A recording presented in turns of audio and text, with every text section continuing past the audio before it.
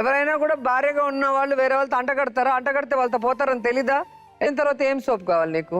ఆడపిల్లలు నీకు మగపిల్లడు లేడు, ఇద్దరిని జాగ్రత్తగా పెంచి పెళ్లి చేయాల్సింది పోయి నీ షోకులు నీ తీర్చుకోవటానిక నువ్వు ఆయన చేసుకునేది? అయితే చేసుకున్నాను, మరి నా తప్పు అయిందిగా మేడం, చేసుకునేది మంచి తప్పు అయింది.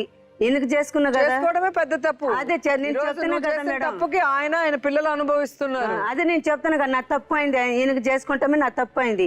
అయినా చూసిన ఊర్లో పెద్ద మనుషులు చెప్తారు కదా మేడం, ఏం చెప్తారు? నేను చూసింది వాళ్ళకి చూడండి, పెద్ద మనుషులు చెప్తారు కదా.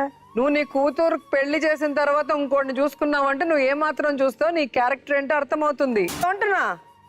నీకు ఆల్రెడీ పెళ్లి అయిన తర్వాతే మొగుడుతో గొడవ విడిపోయావు. పెళ్లి కాకుండా ఒకటితో పోతే రేపు వీడేం చేస్తాడన్న ఆలోచన లేదా? వీడేం గొప్పవాడని నీకేం నమ్మకం? వాడు చెప్పిన చోటుకి ఎందుకు పోతావు, తప్పు ఎందుకు చేస్తావు? అన్ని తప్పులు నీలో ఉన్నాయి. ముళ్ళెళ్ళి ఆకు మీద పడ్డా, ఆకొచ్చి ముళ్ళు మీద పడ్డా చిరిగేది ఆకే. సో నీది ఆల్రెడీ ఒకసారి నీ జీవితం నాశనం అయింది. ఒక అబ్బాయి అతని తప్ప నీ తప్ప అనేది అతను వస్తే తెలుస్తుంది, నీ మొత్తం విషయం బయటకు వస్తుంది. అతనితో డైవర్స్ తీసుకోకుండా అతని భార్యగా స్టిల్ నువ్వు ఉంటూ ఇంకోటితో పెళ్లి కాకుండా తప్పు చేసేసి నువ్వు ఆవిడ గురించి ఈవిడ గురించి మాట్లాడడానికి నీకు అసలు ఏం రైట్? నోరు తెరిసేదానికి కూడా నీకు హక్కు లేదు. మీకు పెళ్లిళ్ళు చేసి కాపురాలు చేయమంటే మొగుళ్ళతో చేయరు.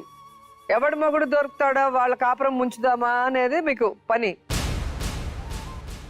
అప్పుడు ఏం చేస్తావు? ఎక్కడ పెట్టుకుంటావు కూతురు తీసుకెళ్ళి? వాడొచ్చి అడుగుతాడు, వాడి అవసరాలయ్యా, వాడి అవసరం కోసం ఎన్ని అబద్ధాలైనా చెప్తాడు. కానీ నువ్వు కన్న కూతురు, నీ కూతురికి కష్టం రాకూడదన్న ఆలోచన నీకు ఉండాలి కదా.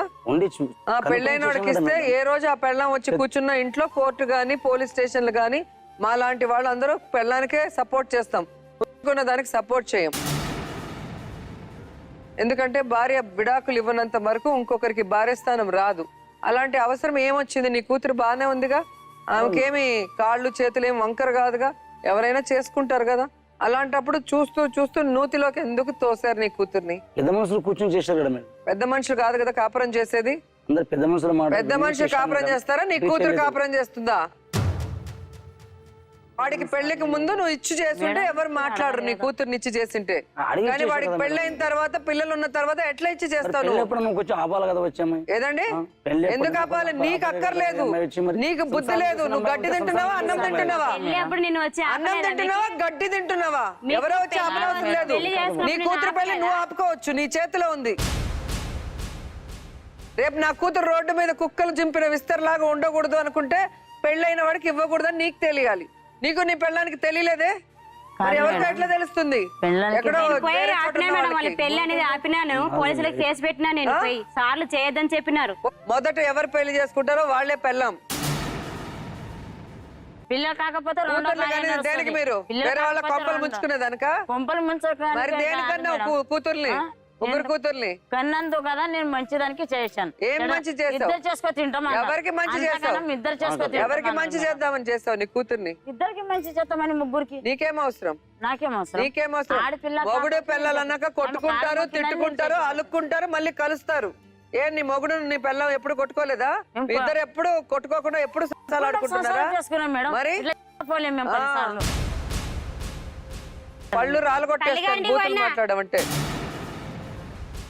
ఆమె కోర్టుకు కూడా వెళ్ళేదానికి అవకాశం లేదు, ఎందుకంటే ఆమె భార్య కాదు కాబట్టి. నువ్వు 100 తాళ్లు కట్టినా 100 సంవత్సరాలు సంసారం చేసినా అది అవుతుంది తప్ప సంసారం కాదు. ఇది చట్టం, ఈ దేశంలో ఉన్న చట్టం. నువ్వు ఎవరినైతే పెళ్లి చేసుకున్నారో లేదా పెళ్లి కాకుండానే సంసారం చేసిన 4 పిల్లల్ని కన్నారో వాళ్ళే నీ భార్య అవుతారు. వెనకొచ్చిన వాళ్ళు ఎవరు కూడా భార్య కాదు. తెలియకపోతే తెలుసుకోండి. సరే మేడం.